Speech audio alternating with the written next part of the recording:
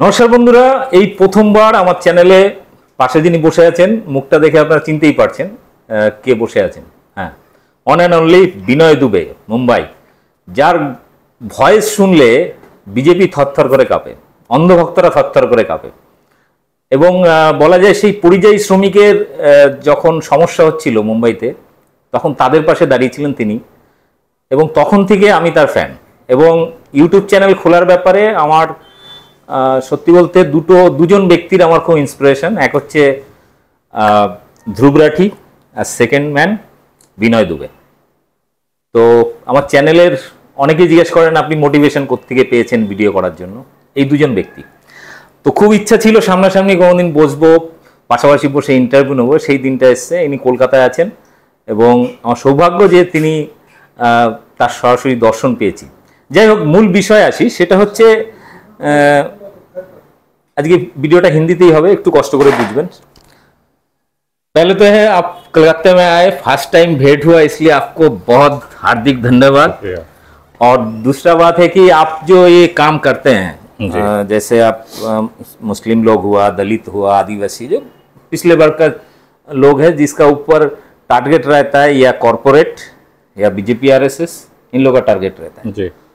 तो इन लोगों का हक में के लिए आप जो खड़ा रहते हैं, तो इसमें आपको डर नहीं लगता? किस चीज का डर सर? बीजेपी वालों ने आपको देशद्रोही मानता है। तो अंग्रेज भी तो भगत सिंह को मांगते थे, क्या दिक्कत है? लेकिन आप मुस्लिम लोगों का हक के लिए लड़ते हैं। गलत बात है। संजीव भट्ट कोई मुसलमान थोड़ी है, हमने तो उनके लिए भी आवाज उठाई। फिर भी बोलने के लिए तो ये अपने बाप को बाप ना माने सर। इसमें जो दिक्कत आ रहा है, जो अगर इनके पिताजी बोल दे कि नहीं मोदी जी बहुत गलत काम कर रहे हैं, तो ये पड़ोसी को बाप मान लेंगे, वाजपेयी को आप, लेकिन अपने सगे बाप को बाप नहीं मानेंगे। तो ऐसे लोगों को आप कहाँ सीरियस लेते हैं? ऐसे बोला जाता है कि आप हिंदू धर्म का हैं, फिर भी आप हिंदू लोगों के लिए हक के लिए नहीं लड़ते हैं। किसने बोला? हिंदू अगर वहाँ पे मुंबई में 2 मंदिरें बनवा दी वहाँ पे पिछले 5 सालों में, हर साल पूजा पाठ होती है, कौन सा ऐसा मतलब धर्म छोड़ दिया मैंने? मेरा सनातन जो एक्चुअल सनातन कहता है ना, मैं काशी से आता हूँ, बनारस से। वहाँ पे हमको यही सिखाया गया कि अपने धर्म पे अभिमान करिए और दूसरे धर्म को सम्मान करिए। ये एक्चुअल सनातन है। आपको क्या लगता है, मस्जिद में राम जी रहते हैं कि ये लोग जाके बाहर जाके डीजे बजाते हैं, पत्थर छोड़ता है उसको नींद से जगाने के लिए? नहीं, एक्चुअली आजकल के जो भाजपाई हैं ना, उनको मस्जिद में ही राम दिखाई देते। सोचिए, इस्लाम की ताकत देखिए आप, समझ रहे हैं आप कि भगवान राम का शोभा यात्रा है और अपने मस्जिद के दरवाजे तक खींच लाए। मैं इस एंगल से देखता हूं कि मतलब कितनी पावरफुल चीज है इस्लाम। आज के समय में भाजपाइयों ने बना दिया है कि शोभा यात्रा राम की है, हनुमान की, चाहे कोई भी हो, वो मस्जिद पर ही आके रुकती है और वहां पर मस्जिद के बाहर ऊपर वाला उनसे मुजरा करवा देता है। आपने देखा डीजे पे कैसे वो नाचते हैं, गालियां देते हैं। तो ऊपर वाले का ही तो, बिना उसके पत्ता नहीं हिलता, उसकी इच्छा के बिना कोई कार्य नहीं होता। तो उसने चाहा है कि बेटा जाओ मस्जिद के सामने मुजरा करो, कर रहे हैं।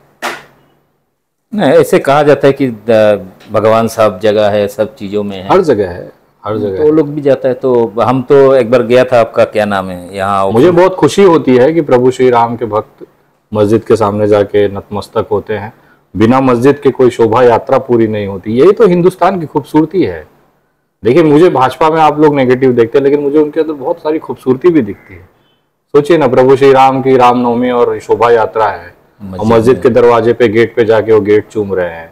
इससे बड़ा खूबसूरती और एकता भाईचारा कहाँ मिलेगा? पिछले हफ्ते हम फुरफुरा शरीफ गए थे यहाँ, तो वहाँ के एक पीरजादा से हम सवाल किए थे, आप लोग एक काम कर सकते हैं, ये लोग का टारगेट जैसे यहाँ पे जितना पूजा होता है, ज़्यादा होता है तो अब पैंडल करके होता है, थोड़ा बहुत हो गया तो मंदिर में, उससे छोटा होता है तो घर में कर लेते हैं लोग। लेकिन रामनवमी ऐसा, हनुमान जयंती ऐसा एक त्यौहार ये लोग बनाया है जिसका अलग से पूजा पाठ करने का कोई मंत्र अभी तक मिला नहीं। बहुत सारा पंडित से बात किया था, लेकिन फिर भी ये लोग जाके मस्जिद में ही मनाता है। तो हम फुरफुरा शरीफ का वो पीरजादा से पूछे थे, अब आप लोग एक काम कीजिए, लोग अगर मस्जिद चाहिए रामनवमी के लिए तो 2 दिन के लिए दे दीजिए उन लोगों को। तो वो राजी हो गया, मान गया, बोले ठीक है आप लोग आओ, तोड़फोड़ मत करो, यहाँ रामनवमी मनाओ, फिर चले जाओ। आपका क्या मत? सही है, मैं सहमत हूँ। ऐसा अगर ऐसा बड़ा दिल लेके अगर किसी ने ये बात कही है, लेकिन मैं कहना चाहता हूँ ना, वो रामनवमी शोभा यात्रा जो होता है ना, वो आजकल पॉलिटिकल है। वो हमारे प्रभु श्री राम ना आज भी हमारे दिल में, हमारे मंदिरों में बसते हैं। वो कहीं सड़क पे ऐसे ना छिछोरों जैसे नहीं घूमते हैं, वो इस तरह से ये घुमाते हैं ले जाके नहीं। वो तो एक केवल पार्टी के कार्यकर्ता हैं, बेचारे साल भर बेरोजगार होते हैं, मतलब उनको काम तो है नहीं। ऐसा कौन सा बहुत बड़ा इंडस्ट्री मोदी जी ने खड़ा कर दिया कि बेचारों को रोजगार। ज्यादा मंदिर बनाने से तो एक फायदा है, वहाँ कटोरा लेके खड़ा मांगेंगे ना, इसी के लिए तो बड़ा मैं तो कह रहा हूँ कि 1 लाख करोड़ का खर्चा करके ना भव्य राम मंदिर बनाइए, खिचड़ी मिल जाएगा। तो बहुत सारे मेरे मुसलमान भाई हैं जो ये कहते हैं कि भैया आप मंदिर बड़ा भव्य बनाइए, ताकि ये जो बेरोजगार बेचारे जो भाजपा के लोग हैं उनको बाहर कटोरा देके बिठा दीजिए, कम से कम भीख मांग के घर तो चलाएं। हम लोग ट्विटर पे 2 रुपया भीख मांगते हैं, रैलियों में जब जाएंगे 300 रुपया 400 रुपया दिहाड़ी लेंगे प्लस दारू लेंगे। इसके बिना आप सोचिए, राम भक्त का हमने देखा दारू पी के लोग वहां पे हुड़दंग मचा रहे, तलवारें लहरा रहे हैं। आपके अंदर इतना ही गुर्दा है, इतना ही आपको बहुत खून उबाल मार रहा है, तो जाइए ना फौज में लड़िए वहां पे देश के दुश्मन। अभी चाइना चले जाइए, जो अरुणाचल प्रदेश में इतना हमारा किलोमीटर घुसा है, जाइए वहां हिम्मत दिखाइए। कौन भाजपाई जाके देखना चाहता है तलवार लहरा के दिखाए वहां पे? मोदी जी है ना, मोदी जी सब ठीक कर। मोदी जी की खुद फटी पड़ी है, विश्व गुरु है। अरे सर वो अंधभक्तों के विश्व गुरु है। इतना ही होता ना तो बाहर जाके इतना किरकिरी नहीं करवाते। हर साल कुछ ना कुछ हमें हर 3 महीने पे इंटरनेशनल मीडिया से सुनने के, हमें अपमानित होना पड़ता है सर देश के सामने कि ऐसा प्रधानमंत्री मिला। मोदी जी की वजह से तो पाकिस्तान अभी डूब रहा है ना, हाहाकार मचा रहा है वहाँ। मोदी जी की वजह से ही चंद्रमा निकलता है, सूर्य निकलता है, बाकी धरती घूमती है। मोदी जी नहीं होते तो पता नहीं इस धरती पे प्रलय आ गया होता सर। मोदी जी का तो एक लोग बोलता है कि मोदी जी प्रधानमंत्री नहीं है, वो हिंदू महापुरुष है जो इतना सालों के बाद विष्णु के अवतार है, वो मैं भी मानता हूँ। तो उनको बोलिए उनका पैर धो के पी ले। लेकिन एक चीज है, यहाँ एक सवाल है जी। तो मोदी जी अगर हिंदू महापुरुष है तो हिंदू के लिए क्या क्या किया है अभी तक? किया है ना, उनके हाथ में बच्चों को कटोरा दिया है, नौकरी देना चाहिए था, लैपटॉप देना चाहिए था तो कटोरा दिया है, तलवारें दी है कि भैया जाओ मस्जिद के सामने मुजरा करो, होता है ना। बाकी लोगों को अंधभक्त बना दिया है, बैठ के सोशल मीडिया पे गाली गलौज करो, लड़की को लिखोगे बलात्कार करेंगे, तुमको रंडी बोला जाता है। इनकी सभ्यता ये है ना। अभी साक्षी जोशी जो है हमारी महिला पत्रकार हैं, यूट्यूबर्स, उनके यूट्यूब पे जाके कमेंट में देख लीजिए, भरमार पड़ी है। करने वाले कौन है? प्रभु श्री राम का डीपी लगाए हुए, हनुमान जी का फोटो लगाए हुए, भारत माता का फोटो लगाए हुए, मोदी जी का फोटो लगाए हुए, योगी जी का फोटो लगाए। वो लिखते हैं रंडी और माधर चोट जैसे शब्द। नहीं, यहाँ पे एक सवाल है, अब हनुमान चालीसा हो या राम का कुछ भी उसका जीवन लाइफस्टाइल हो, कहीं पे लिखा हुआ है कि मुस्लिम लोगों को मारना है? सर मुझे एक बात बताइए, शोभा यात्रा राम की है तो आप राम की बात करिए ना, कि मैं कैसे राम के जो चरित्र है उसको अपने व्यक्तिगत जीवन में ला सकता हूं। काटे जाएंगे, राम यही दिक्कत है। वो एक्चुअली इस्लाम का प्रचार कर रहे हैं। कोई भी रामनवमी की सभा में 98% जो चर्चा है वो केवल मुसलमानों पे है। उसमें ये बताया जाता है कि इनके कुरान में ये आयात का ये लिखा हुआ है, इसका मतलब ये, मतलब इसका मतलब उन्होंने कुरान पढ़ा है और खुले मन से वो प्रचार कर रहे हैं। जिसको नहीं भी पता होगा वो भी कुरान खोल के देखेगा कि सही में ये आयत उसमें लिखी है कि नहीं लिखी है। जब वो कुरान देखेगा तो उसको समझ में आएगा कि यार ये तो बहुत खूबसूरत चीज है। नहीं, फिर भी हिंदू तो खतरे में है ना, एकदम खतरे में। मोदी जी से खतरे में है, योगी जी से खतरे में, मुस्लिम से खतरे में है। बीजेपी आरएसएस वालों तो बोलता है कि मुस्लिम से बहुत खतरा है हिंदू लोगों का। सोचिए हम लोग हम लोग भारत की छवि को विश्व में क्या दिखाना चाहते हैं?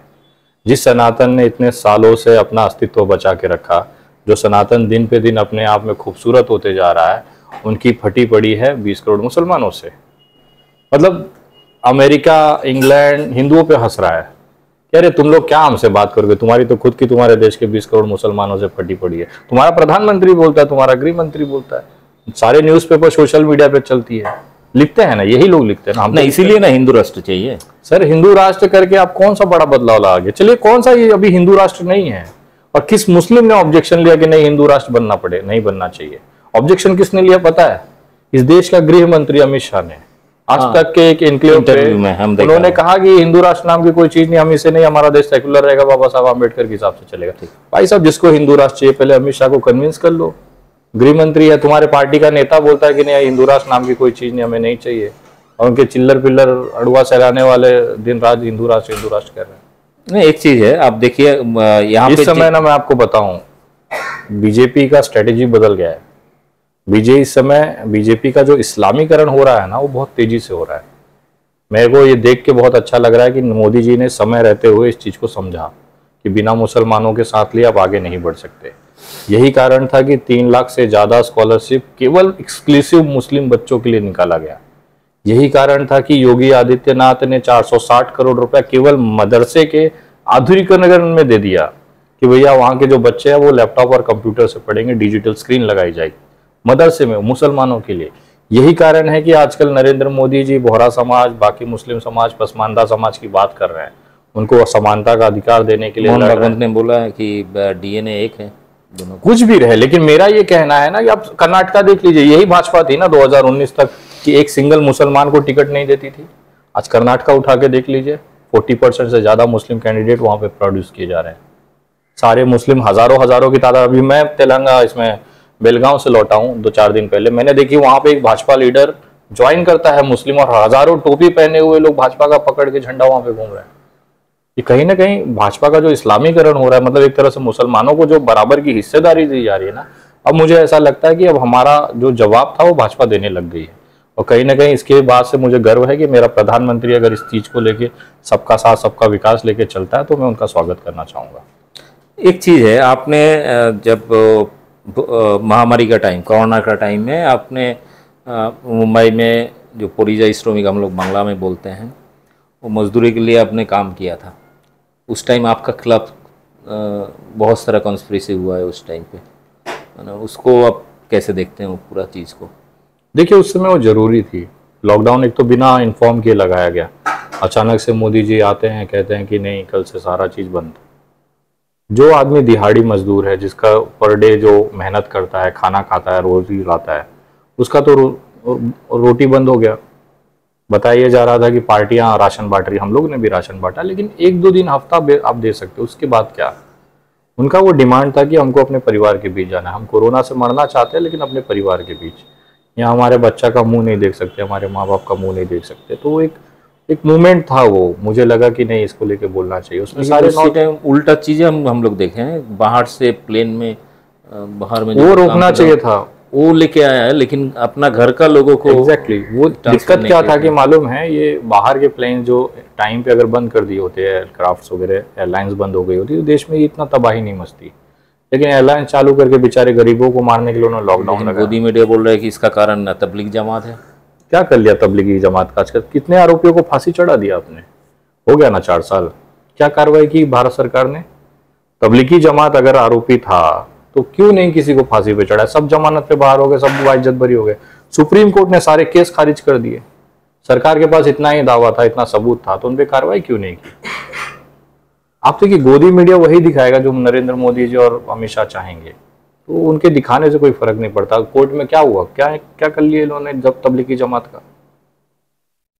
यहाँ पे एक चीज़ है, अभी राहुल गांधी जो भारत जोड़ो यात्रा की है, उसका बाद थोड़ा सा लोगों को लग रहा है कि चलो अभी थोड़ा सा वेट थोड़ा बढ़ रहा है कांग्रेस का। आपको लगता है कि कांग्रेस या जो बाकी लोकल पार्टीज़ हैं, इसका जो माने यूनिटी करके 1:1 लड़ाई में बीजेपी को हरा सकता है? अभी कम से कम 10 साल मुझे ऐसा कोई पार्टी नहीं दिख रहा है जो बीजेपी को हरा सके। लेकिन इसमें खतरा रीजन क्या है कि पहले विपक्ष की जो जितनी अपोजिशन पार्टीज हैं उनके अंदर यूनिटी नहीं है। मैं राहुल गांधी से बोलना चाहूंगा, आप भारत बाद में जोड़ लो, पहले अपने अपोजिशन को एक साथ जोड़ लो। प्रधानमंत्री का उम्मीदवार यहाँ कितने हैं? ममता बनर्जी है, नीतीश कुमार है, सोशल मीडिया पे अरविंद केजरीवाल है, खुद कांग्रेस के लिए राहुल गांधी प्रधानमंत्री उम्मीदवार है, शरद पवार जी महाराष्ट्र से सपना देख रहे हैं, साउथ से बहुत सारे लोग हैं। मतलब कहने का मतलब क्या है कि भैया पहले आप एक अपने में बैठ के डिसाइड कर लो। मेरा ये कहना है, अगर मैं उनकी जगह होता तो मेरा पहला स्ट्रेटेजी ये होता कि पहले हम लड़ के चुनाव जीतते हैं, जिसके पास ज़्यादा हिस्सेदारी है वो प्रधानमंत्री, सिंपल सा फॉर्मूला है। लेकिन यहाँ है कि हम तुम्हारे छतरी के नीचे क्यों काम करें, ये चक्कर है। लेकिन सबसे खतरनाक चीज़ जो है अभी भी 2024 में अगर बीजेपी आ गया तो उसका मेन टारगेट रहेगा संविधान को चेंज करने वाला है। सर हम लोग से बड़ा विपक्ष का कोई भी मतलब बोलते हैं ना कि रुकावट नहीं है। हम लोगों ने जितना करीब से भाजपा को देखा है ना ग्राउंड लेवल, वो ऊपर की राजनीति नहीं करते सर कि 4 लोग स्टूडियो में बैठे हैं कॉफी लेके, अरे यार this is policy is very bad, no no this should be happened. ये नहीं है। हम लोग ग्राउंड पे उतरते, कार्यकर्ताओं में जाते हैं, लोगों में जाते हैं ना, तो वहाँ पे ऑपोजिशन नहीं है। आप राहुल गांधी स्टार हो सकते हैं, ममता बनर्जी स्टार हो सकती है, लेकिन ग्राउंड रिपोर्ट, यही बंगाल है ना जहाँ हम लोग बैठे हैं, जहाँ पे 3 सीट थी बीजेपी, एक चुनाव मतलब 2 साल के अंदर 75 पहुंच गई। मैं दावे के साथ बोल रहा हूँ, अगर आज बंगाल का चुनाव हो जाए तो ये कम से कम 150 सीटें पार करेंगे। रीजन क्या है कि उनका जो संगठन है ना बहुत पैक्ड है। वो बूथ अध्यक्ष नहीं बनाते हैं, बूथ के अंदर जितने पेजेस होते हैं ना उसके लिए उसका पन्ना अध्यक्ष होता है, एक पेज का प्रेसिडेंट बनाया जाता है, जिसके पास 30 वोट्स होते हैं। वो 30 वोट्स के लिए 10 लोगों की टीम बनाती है। ये संगठन किसके पास है? आज किसी भी पार्टी का उठा लो, राहुल गांधी के कांटेक्ट करने के लिए आप चले जाओ, आपको 6 महीना लग जाएगा राहुल गांधी से बात करने के लिए। प्रियंका जी से बात करना है तो आपको बड़े तामझाम है। ममता जी से हम लोग 2 दिन से बात करना है तो आप देख लीजिए 3 दिन के बाद हमें नंबर मिला है। आपको अवेलेबल होना पड़ेगा, लोगों से कनेक्ट होना पड़ेगा। जब कनेक्ट ही नहीं हो गया, अभी मैं समझिए मैं हूँ आराम से, एक्टिविस्टिज्म है, किसी का बहुत अर्जेंट काम होगा तो मर जाएगा बेचारा, अब अवेलेबल ही नहीं है। 2024 में 100 साल हो रहा है आरएसएस का, तो उन लोग का मेन टारगेट जो था हिंदू राष्ट्र बनाना, हिंदू संविधान। मैं वही बोल रहा हूँ ना, आप अमित शाह को पहले समझा लीजिए, कॉन्स्टिट्यूशन नहीं बदल सकते सर, वो अपने आप में वो ऐसा बनाया गया है कि आप उसे चेंज ही नहीं कर सकते। जितने लोगों को ये अफवाह दिखाई जाती है ना कि हिंदू संविधान बनेगा, सनातनी संविधान बनेगा, बात ऐसा पॉसिबल नहीं है, कॉन्स्टिट्यूशनली पॉसिबल नहीं है, क्योंकि संविधान नहीं पॉसिबल नहीं है सर। आपके पास पूरी बहुमत होने के बाद भी आप उसे बदल नहीं सकते। कॉन्स्टिट्यूशन ने अपने आप को बचाने के लिए उसने प्रावधान इसके लिए तो ऑलरेडी यूनिफॉर्म सिविल कोड, देखिए आप अलग से एक देश एक आइन का जो कॉन्सेप्ट है आप अलग से करीब वो लोग तो ये यूनिवर्सल सिविल कोड में क्या होगा, आपका जितना भी लोकल लैंग्वेज हो, रिलीजन हो या कल्चर हो, उसी का बेसिस जो आपको रिजर्वेशन मिलता था वो सब हट जाएगा इस जो यूनिवर्सल सिविल कोड में। तो ये तो कानूनी तौर पे संविधान का एक ढांचा टूट रहा है। ये लोग नहीं, उसके लिए अभी बहुत चीज़ें बदलनी है सर, इतना आसान नहीं है। जो रिजर्वेशन सेक्टर्स है उसको आप चेंज नहीं कर सकते एज पर द कॉन्स्टिट्यूशन, उसको आप बढ़ा नहीं सकते 50% से ज़्यादा। ये सब बैरिकेड्स हैं, इसको देखते हुए अगर जब कानून आएगा तो उसको स्टडी किया जाए। कानून तो इन्होंने CNRC पे भी लाया था, क्या हुआ, कोई कर रहा है क्या? लेकिन यहाँ पे एक चीज़ है, CNRC का एक प्रॉब्लम अभी भी बंगाल में है, क्योंकि ये लोग जो कानून लाया हुआ है माने CA 2019 का, उसमें आप देखिएगा ध्यान से तो उसमें पर्टिकुलर जब बंटवारा हुआ था उस टाइम का सबसे ज़्यादा विक्टिम था बंगाली लोग, वहाँ से बंगाली हिंदू। तो ये लॉ का हिसाब से वो कागज़ नहीं दिखा सकता। लेकिन और एक चीज़ है, और एक जो डेटा है, अब फिलहाल पूरा इंडिया में सिर्फ बंगाली लोगों को बांग्लादेशी टैग लगा के जेल में डाला हुआ है। ये बीजेपी CNRC होगा तो सबसे ज्यादा बंगाली मैं आपको अभी बता रहा हूँ, यही भाजपा की सरकार हो जाए, ये रोहिंग्या या बांग्लादेशी का मुद्दा बंद हो जाएगा। ये मुद्दा इसी के लिए चलाया जाता है कि भाजपा की यहाँ सरकार बन सके। दंगे वहीं कराए जाते हैं जहाँ भाजपा की सरकार नहीं होती। अभी बिहार में हुआ है सॉरी, अभी बिहार में हुआ है। वहां पे क्यों हुआ? क्योंकि अभी अभी सरकार गई है, वापस लाने के लिए हिंदुओं को जगाना पड़ेगा, हिंदुओं को जगाने के लिए पत्थर खाने पड़ेंगे, घर जलाने पड़ेंगे। तो यहाँ अमित शाह का लड़का या बीजेपी का बड़ा बड़ा कार्यकर्ता का जो नेता लोगों का लड़का लोग, ये लोग ये दंगे में इन्वॉल्व क्यों नहीं होते? भाजपाइयों को समझना चाहिए। अच्छा, जो नालंदा में हुआ है, बजरंग दल का जो संयोजक चंदन करके पकड़ा गया है, वो जेल गया है ना, उसको बचाने के लिए जय शाह हमेशा कोई कार्य कर रहे हैं क्या? कुछ नहीं कर रहे हैं। उनको पता है कि यार बड़ी बड़ी लड़ाइयों में ना 2-4 सैनिकों को शहीद किया जाता है। अब इनको समझना चाहिए कि भाई तुम शहीद होने के लिए बने हो कि अच्छे अपने लाइफस्टाइल बनाने के लिए बने हो। आपके माँ बाप बाहर रो रहे हैं, खिड़की निकाली जा रही, कुर्की की जा रही है, और आप जाके जेल में बैठे हो, जमानत का पैसा भी बाप भरेगा। ऐसी राजनीति का क्या फायदा है? सिर्फ इसके लिए एक काल्पनिक चीज है कि हमारा हिंदू सनातन बनाएंगे। अरे आप जेल में जाओगे, सड़ जाओगे भी। मनीष कश्यप को देख लीजिए, बहुत बड़ा सरकार गिराना है, मैं तुम्हारा ये कर दूंगा मुसलमानों से। वो तो बोला है छोड़ने के बाद 6 महीने के अंदर। हम तो वेट कर रहे हैं, हम देखना चाहते हैं ना कि इसकी औकात। अखिलेश यादव का पूरा, अखिलेश यादव ये छूटेगा ही चुनाव के बाद। आपका नीतीश कुमार का सरकार तेजस्वी के लिए बोला है, लेकिन मैं बोल रहा हूँ अभी छूटेगा ही चुनाव के बाद। बिहार चुनाव के बाद ही बाहर आना है उसको। 25 केसेज हैं सर, सब में जमानत होगी तब तो बाहर आओगे। তো আপনারা শুনলেন অনেক বিষয় নিয়ে, আরও পরবর্তীকালে যখন দেখা হবে তখন আবার ইন্টারভিউ নেব। আজকের মতো এতটাই, বিভিন্ন টপিকে আলোচনা হলো। প্রত্যেকে অনুরোধ করবো আপনার মতামত কমেন্ট বক্সে দিন এবং আমার চ্যানেল বং নিউজ লাইভ অবশ্যই সাবস্ক্রাইব করুন আর वीडियोগুলোকে ব্যাপক শেয়ার করুন। আপনাকে असंख्य धन्यवाद और कलकत्ता आने के लिए और इंटरव्यू देने के लिए। पहला टाइम मेरा एक इंस्पिरेशन जो है पहला टाइम भेंट हुआ इसलिए। ठीक है, थैंक यू।